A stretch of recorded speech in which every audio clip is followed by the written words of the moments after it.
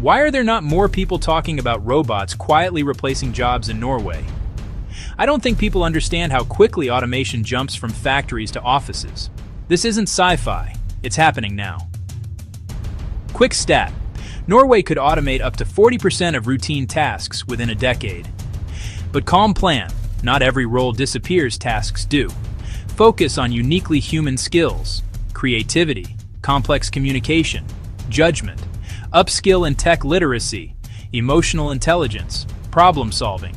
Employers will want hybrid teams, robots handling repetitive work, humans doing the thinking. Tip: start small. Online micro courses stretch projects at work. Your job's safest if you make yourself irreplaceable. Please don't forget to subscribe to our channel.